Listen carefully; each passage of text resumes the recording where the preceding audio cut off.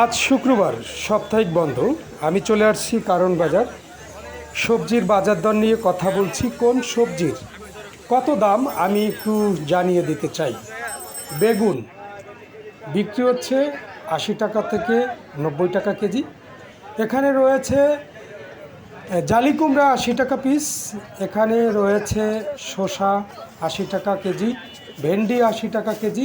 এক কথায় যদি বলে দিই, যত ধরনের সবজি রয়েছে প্রত্যেকটা সবজিই কিন্তু বিক্রি হচ্ছে 80 টাকা কেজি। কারণ বাজারের বাজার দর মহল্লায় কিনতে গেলে আপনাদের 100 টাকা করে কিনতে হবে। লাউ পার পিস 80 টাকা।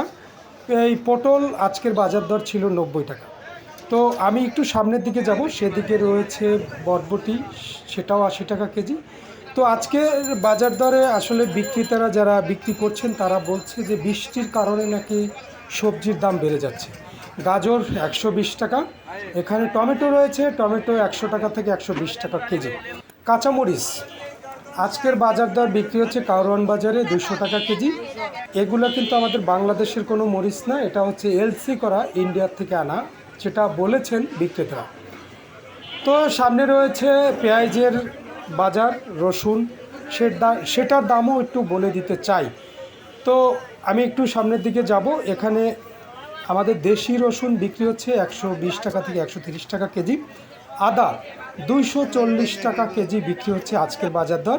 এখানে রয়েছে পেঁয়াজ 80 টাকা কেজি, যেই পেঁয়াজ ছিল 60 টাকা থেকে 55 টাকা কেজি। ইন্ডিয়ান রসুন 180 টাকা থেকে 200 টাকা কেজি। এখানে দেশি ছোট রসুন রয়েছে 110 টাকা কেজি। গোলালু 25 টাকা থেকে 30 টাকা কেজি বিক্রি হচ্ছে। তো মূলা 60 টাকা কেজি। এখানে রয়েছে পেঁপে 30 টাকা কেজি। তো এই ছিল আজকের বাজার দর। সবাই ভালো থাকবেন, সুস্থ থাকবেন। সবাইকে আমার পক্ষ থেকে আসসালামু আলাইকুম।